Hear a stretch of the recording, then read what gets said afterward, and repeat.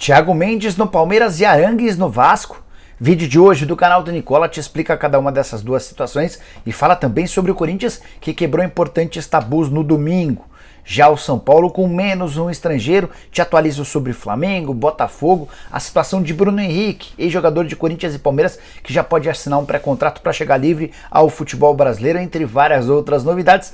Antes, deixa eu só me apresentar, sou Jorge Nicola, jornalista esportivo, e minha missão por aqui é te deixar por dentro das últimas do mercado, bastidor, finanças e muito mais. Para não perder nada, só apertar esse botãozinho vermelho de inscreva-se. Se puder ativar todas as notificações, melhor ainda, se você é avisado quando a gente fizer vídeo. Para completar, curtir o vídeo, deixa seu likezinho que ajuda bastante. Combinado?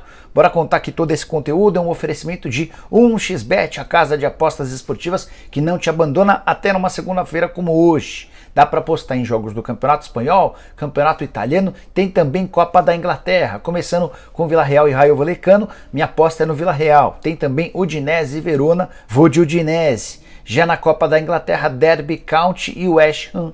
Tô apostando na vitória do West Ham para você vir comigo ou criar seus próprios palpites. Só pegar o link que está no comentário fixo. Não esquece de usar o cupom Nicola na hora do depósito para que você tenha 100% de bônus. Para completar, lembre-se que precisa ter 18 anos de idade para participar e você precisa sempre usar da responsabilidade. Combinado?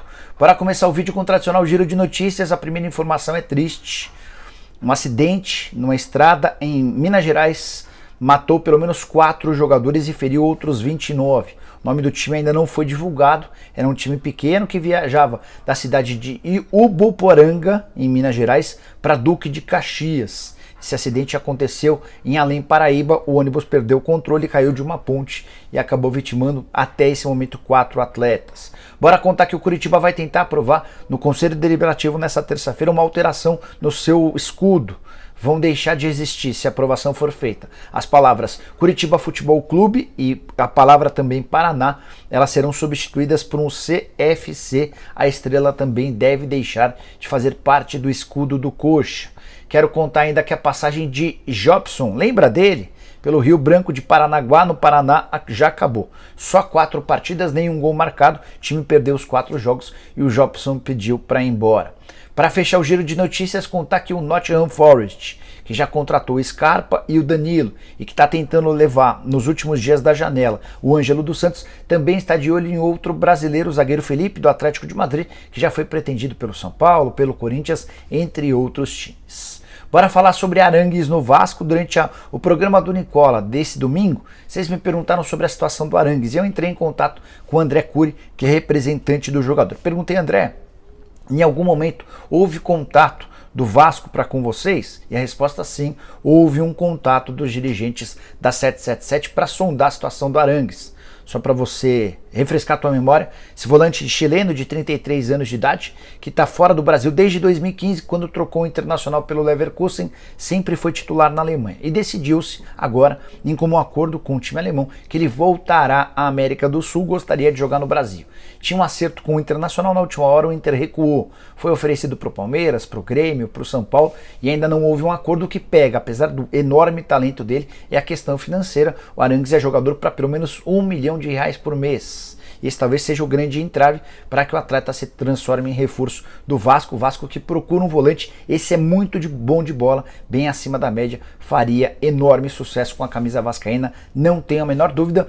O contrato dele termina na metade do ano, ele já pode assinar um pré-contrato para se mudar de graça. Mas eu não descarto, inclusive, a possibilidade de o Leverkusen liberá-lo de forma antecipada, até porque os serviços prestados foram extremamente interessantes. Para fechar sobre o Vasco, só queria contar que o clube fez uma oferta de $1.300.000 ao Atlético Tucumã por 50% dos direitos econômicos do Capasso.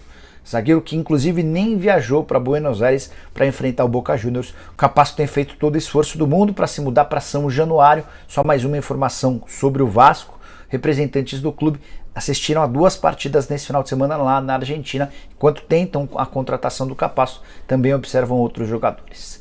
Bora falar agora sobre Jefinho, tentar te ajudar a entender por que o Botafogo negociou o Jefinho por empréstimo com o Lyon, repercussão extremamente negativa. O torcedor do Botafogo detonou o John Textor, ele inclusive desativou aquela possibilidade de as pessoas em respostas marcarem ele. O John Textor parece ter sentido o peso e a irritação do torcedor botafoguense.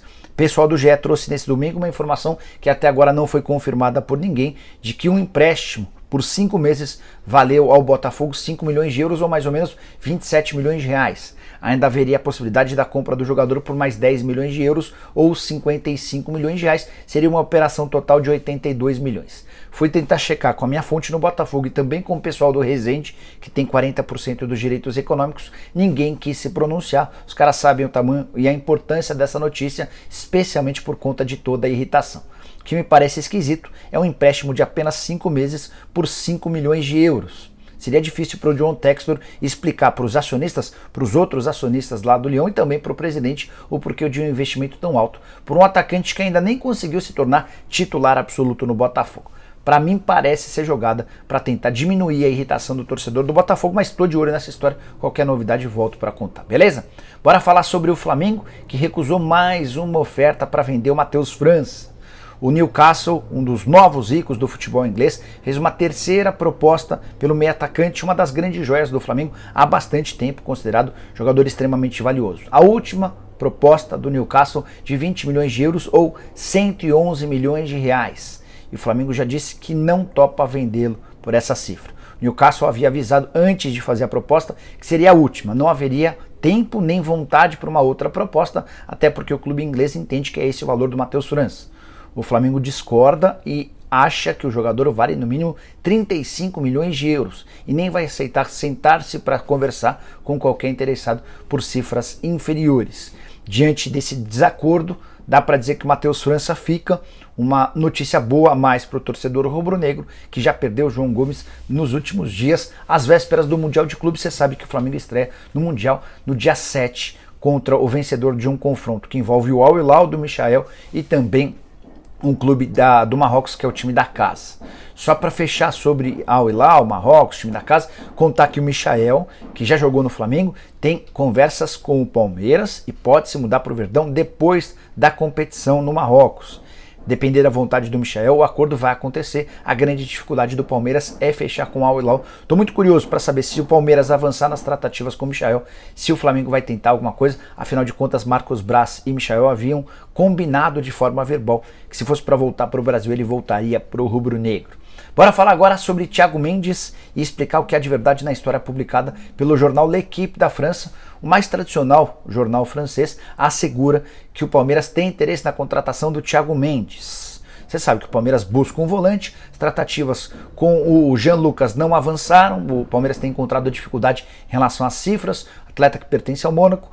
O nome do Matheus Henrique foi sondado, o Palmeiras assegura que não fez proposta, também especularam Gregory, esse nome eu já descartei para vocês. Sobre o Thiago Mendes, é de fato um jogador muito bem avaliado no Palmeiras, só que a fonte do Palmeiras com quem conversei assegurou que o negócio é dos mais impossíveis. O Thiago, na metade do ano passado, quase foi parar no Flamengo. E só não foi porque o Lyon ofereceu um bom aumento salarial, com direito inclusive à extensão do vínculo. O novo contrato só se encerra em junho de 2025 e faz dele dono de um salário de algo na casa de R$1.700.000 por mês. Só é importante lembrar que além de não conseguir pagar essa quantia, o Palmeiras também precisaria desembolsar uma grana pela aquisição dos direitos econômicos, que parece algo fora da realidade, especialmente para um atleta que esteve em 21 dos 22 jogos do Lyon na temporada. E desses 21 jogos, ele só não foi titular em 2. Cara, da confiança do treinador, também da comissão técnica e diretoria, acho que dá para descartar a possibilidade de contratação do Thiago Mendes. Tentei entrar em contato com o Paulo Pitombeira, que ainda não me respondeu. O Pitombeira é o empresário do Thiago Mendes, mas se eu fosse torcedor do Palmeiras não me empolgaria com essa possibilidade não, tá? Bora falar agora sobre outro gringo de saída do São Paulo. Ferrarese, você sabe, se contundiu recentemente, lesão de 6 a 8 meses, deixou de ser uma opção para o Rogério Ceni. São Paulo que tem uma situação inusitada, são 8 estrangeiros no elenco, você só pode usar 5. Até por isso o Rogério precisava revisar 3 a cada jogo, o que já tem causado problemas com o Gabriel Neves. Com a contusão do Ferrarese passaram a ser 7, mas depois da derrota por 2 a 1 para o Corinthians no Morumbi, parece que serão 6. É que o Orejuela foi muito cornetado durante os 45 minutos iniciais em que esteve em campo. A coisa foi tão feia que toda vez que ele tocava na bola, ele era vaiado por todo o estádio, eram 54 mil pessoas. O que o Rogério Ceni fez? Na volta do intervalo, decidiu colocar um canhoto jogando como lateral direito, Caio Paulista, que era na origem atacante e tem atuado como lateral esquerdo, foi contratado para essa posição, acabou entrando para os 45 minutos finais do jogo contra o Corinthians como lateral direito. Tudo para que o Rogério pudesse preservar o Orejuela. O Orejuela não fazia parte dos planos do São Paulo. Só que com as contusões do Moreira, do Igor Vinícius e do Rafinha, o São Paulo precisou mudar o seu planejamento e utilizou o Orejuela, o que não deve acontecer nas próximas partidas. Isso significa que daqueles 8 gringos, São Paulo passa a contar com 6 e só um vai rodar por partida. Tem rodado, quem tem sobrado quase sempre para o Gabriel Neves, volante uruguaio que custou $1.700.000, direitos econômicos foram adquiridos no fim do ano e até agora nem sequer estreou. São Paulo fez 5 jogos, o Gabriel Neves não foi relacionado para 4, no único jogo em que ele foi para o banco de reservas contra a Portuguesa, acabou não ganhando nenhum minuto. Só para fechar sobre o São Paulo, Erisson vai assinar a rescisão do contrato com o Estoril nessa segunda-feira, passar por exames médicos e ser anunciado como reforço do São Paulo na sequência. Atacante que pertence ao Botafogo chega por empréstimo de uma temporada, negócio na casa de R$1,5 milhão. Bora falar agora sobre Bruno Henrique, você lembra dele? Volante com passagens por Portuguesa, Corinthians, Palmeiras, também teve no futebol italiano, está desde 2020 no Al Ittihad da Arábia Saudita. O time dele inclusive foi campeão nesse domingo da Copa da Arábia Saudita, venceu por 2-0. A grande vitória nessa campanha havia sido na semifinal contra o Al Nassr, que é o time do Cristiano Ronaldo, do Talisca, de companhia limitada. O Bruno Henrique tem contrato com o Al Ittihad somente até junho e está fora dos planos do clube saudita. Ou melhor, estava fora dos planos. Ele inicia a temporada como reserva, houve a contratação de um novo treinador chamado Nuno. O Nuno inclusive traz um jogador da sua confiança para a posição do Bruno Henrique. O Bruno perde o lugar e parecia ser uma carta fora do baralho, até por isso o Ittihad nem decidiu renovar o contrato dele, diferente, por exemplo, do Marcelo Groi. Só que com o tempo, o Nuno acaba se convencendo de que o jogador que ele contratou não é tão importante, esse cara vira reserva e o Bruno Henrique assume a condição de titular, termina a temporada jogando todas as partidas, jogando bem e sendo peça importante para o Al Ittihad. Nesse cenário de indefinição a respeito do futuro do volante, ele tem sido oferecido para clubes brasileiros. Foi sugerido, por exemplo, para o Internacional e também para o Vasco da Gama. Resta saber se os clubes brasileiros vão ter capacidade de equiparar os vencimentos dele na Arábia Saudita e se o Al Ittihad vai oferecer um novo contrato depois da ascensão nos últimos meses. Atleta que ganha na casa de R$1 milhão por mês, com detalhe, livre de impostos. Essa faz toda a diferença, né? A tributação, por exemplo, no Brasil é de mais ou menos 33, 34, 35%. Daria para dizer que para que igualasse o salário dele, um clube brasileiro precisaria desembolsar algo na casa de 1,3 milhão. É óbvio também que o Bruno Henrique, para voltar ao Brasil, vai precisar fazer concessões, senão ele que busque clubes no exterior. Acho uma alternativa extremamente interessante de um jogador que tem muita qualidade com a bola nos pés, especialmente por ser um volante, mas também continua com boa condição de marcador. Primeiro volante ou um segundo volante de muita qualidade. E você gostaria de ter o Bruno Henrique no seu time no coração? Use o espaço para comentários e avalie. Quero fechar o vídeo para falar sobre o Corinthians e os tabus que foram para o espaço nesse domingo com a vitória por 2-1 contra o São Paulo no Morumbi. São Paulo não perdia para o Corinthians dentro de casa há 11 partidas. Última derrota em abril de 2017, jogo da semifinal do Campeonato Paulista. O Corinthians venceu por 2-1 com 2 gols do Watson, os 2 no primeiro tempo. O Watson atuando momentaneamente, especificamente nos lances, como um centroavante, aquele cara que pisa na área adversária para marcar os gols. No segundo tempo o São Paulo pressionou, criou oportunidades, chegou ao gol do 2-1 com o Luciano e em um dos últimos lances da partida o mesmo Luciano chutou de fora da área, rente à trave direita do Cássio, desperdiçando a chance de empate. 54 mil torcedores do São Paulo assistiram à derrota para o Corinthians, que representa também o fim de um tabu de 7 jogos.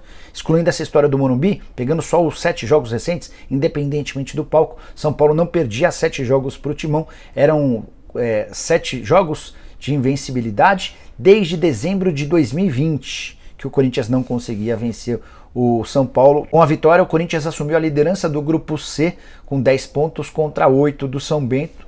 Timão que também melhora seu retrospecto em relação à temporada passada, quando teve apenas 25% de aproveitamento em clássicos. As únicas 2 vitórias do ano em clássicos se deram contra o Santos. O Timão só havia empatado ou perdido para São Paulo e Palmeiras. E você curtiu o vídeo? Deixa like, se inscreve no canal, a gente volta de tarde com mais notícias. Abraço, tchau!